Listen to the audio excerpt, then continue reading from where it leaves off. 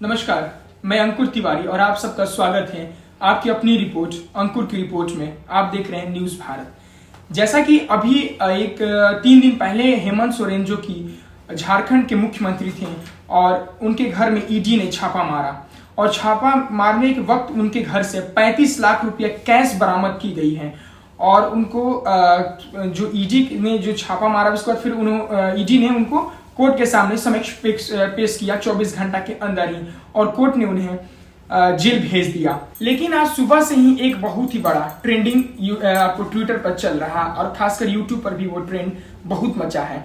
Trend है arrest Sudhir Chaudhary. जी हाँ, आप सबको पता होगा सुधीर चौधरी एक वरिष्ठ पत्रकार है। पहले वो जी न्यूज में थे और बाद में यानी आज से ठीक 1.5 साल पहले वो जी न्यूज को छोड़कर उन्होंने आज तक को ज्वाइन कर लिया।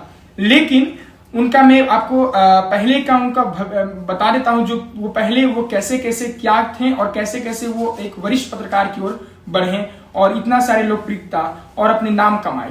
पहले वो आईएमसी से पढ़कर यानी Indian institute of mass communication Delhi से पढ़कर उन्होंने छोटा सा पत्रकार होने के नाते एक जी न्यूज को ज्वाइन किया। जी न्यूज को ज्वाइन करने के बाद वो धीरे धीरे वो उनका ग्रोथ होने लगा और वो एक तरह से लोकप्रिय उनको मिलने लगी है लोगों के बीच में और वो बहुत सारे बड़े बड़े कवरेज किए हैं। जैसे कि पार्लियामेंट अटैक हुआ था, वहां पर भी वो मौजूद थे और वहां के लाइव वहां से दिखा रहे थे कैसे जो भारत की सेना है वो आतंकवादियों को कैसे पकड़े और उनको कैसे कोर्ट में पेश की और तमाम जगह भी उनका योगदान रहा है भारत के मीडिया के बीच में। लेकिन आज सुबह से ही अरेस्ट सुधीर चौधरी एक ट्विटर पे ट्रेंड दौड़ने लगा। आइए आपको मैं बताता हूं हुआ क्या। चलते हैं यहाँ से ठीक 2 दिन पहले, जैसे कि मैंने बताया कि हेमंत सोरेन जो कि झारखंड के मुख्यमंत्री थे वो अरेस्ट हो गए। 35 लाख रुपए उनके घर से बरामद हुई और कल रात के 9 बजे उनका जो शो चलता है आज तक पर, उन्होंने शो के दौरान उनकी जो सहायक संवाददाता या फिर एक बोलिए कि वो एक पत्रकार थी श्वेता, वो रांची से लाइव दिखा रही थी और सुधीर चौधरी स्टूडियो में बैठकर सारी बातें लोगों को बता रहे थे। तभी सुधीर चौधरी ने एक ऐसा शब्द का प्रयोग कर दिया जो कि बहुत ही शर्मनाक है आज के समय में। वैसे तो हर एक पत्रकार कोई ना कोई पार्टी का गुण गाते रहते हैं। बात करें सुधीर चौधरी की तो वो अभी तमाम जो पार्टी चल रही है भारत में मेजोरिटी के तौर पर बीजेपी का वो कट्टर सपोर्टर है और वो हमेशा बीजेपी का केवल अच्छाइयों को बताते हैं, बुराइयों को भी बताते नहीं है।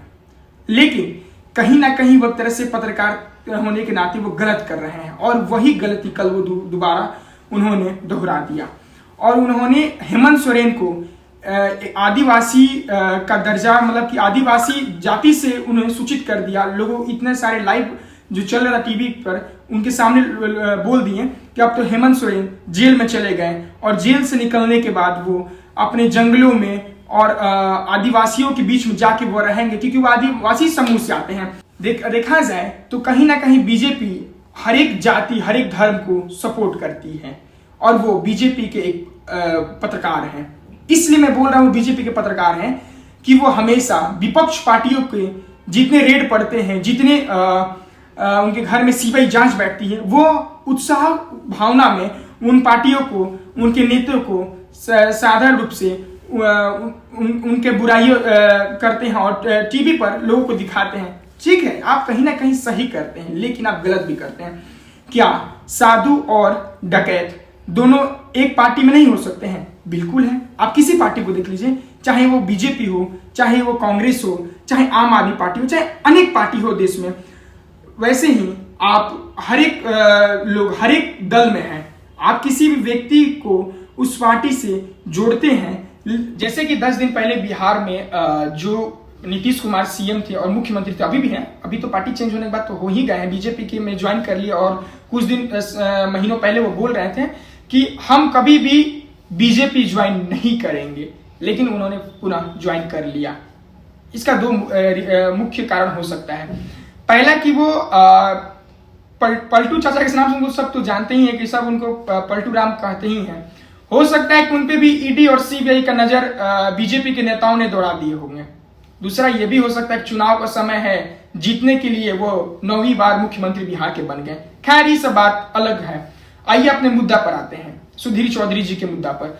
तो सुधीर चौधरी ने सबके लाइव टेलीकास्ट में बोल दिया कि आदिवासी परिवार से आते हैं हेमंत सोरेन और वो फिर जेल से आने के बाद वो अपने जंगलों में चले जाएंगे, लेकिन ये कहीं ना कहीं गलत की है। और इसी बीच झारखंड के तमाम चाहने वाले हेमंत सोरेन के लोग वो गुस्से में आकर अलग अलग जगह पर ST/SC एक्ट लगाने शुरू कर दिए और अपने अपने थाने क्षेत्र में उन पर FIR करने शुरू कर दिए। सबसे पहले आप वीडियो को देख लीजिए। वीडियो क्लिप में क्या सुधीर चौधरी कैसे लाइव में तो अभी आकर क्या बोले कैश मिल गए आदिवासी अब चलते हैं चित्रा के पास। और हेमंत चित्रा, अब आप हमें बताइए कि हेमंत सोरेन बाहर आए या नहीं आए और अब आज की रात उनकी कहां बीतेगी। उन्हें तो बहुत शानदार लाइफस्टाइल की आदत है, वो प्राइवेट प्लेन्स में चलते हैं, बड़ी बड़ी गाड़ियों में चलते हैं। आज उनके लिए एक तरीके से वैसा ही होगा जैसे वो 20, 30, 40 साल पहले वापस अपने किसी आदिवासी के तौर पर किसी जंगल में चले जाएं। आज की रात काफी मुश्किल होने वाली है।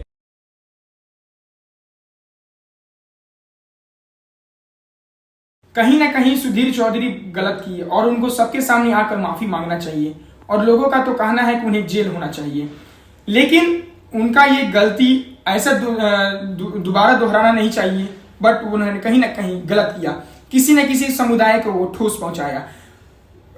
संविधान में या फिर अलग अलग हर एक जगह लिखा है कि भारत की सभ्यता और संस्कृति सबको एक बराबर देखनी चाहिए और हर एक व्यक्ति के लिए कानून एक है।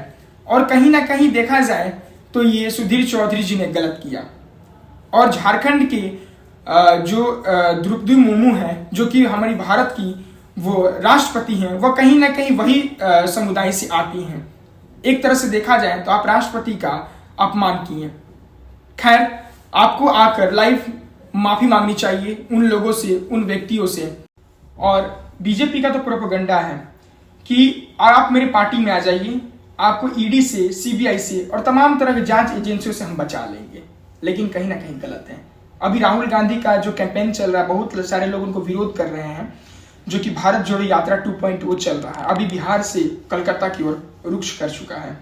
हम सब देश की युवा और हम सब देश के नागरिक को एक तरह से देखना होगा कि हम किसको वोट दें।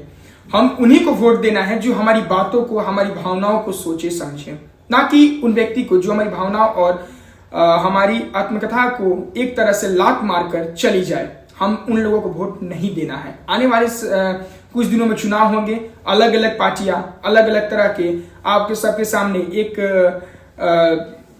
प्रोस्पेक्टिव सबके सामने रखेंगे। एक तरह से वो रखेंगे कि कैसे हम आने वाले जीतने के बाद क्या क्या करेंगे। हम सबको उनके बहकावे में नहीं आना है। हम सबको एक तरह से सोचना है कि कौन हमारे हित में काम कर रहा है, हमको उन्हीं को वोट देना है, चाहे वो कोई भी पार्टी हो, बीजेपी हो, कांग्रेस हो या फिर अन्य पार्टी हो। तब तक आप देखते रहिए अंकुर तिवारी के साथ। बहुत बहुत धन्यवाद। आज की रिपोर्ट इतना ही, फिर मिलते हैं एक और शख्सियत और एक और नए रिपोर्ट के लिए। धन्यवाद, आप सबका बहुत बहुत धन्यवाद अंकुर की रिपोर्ट की सुन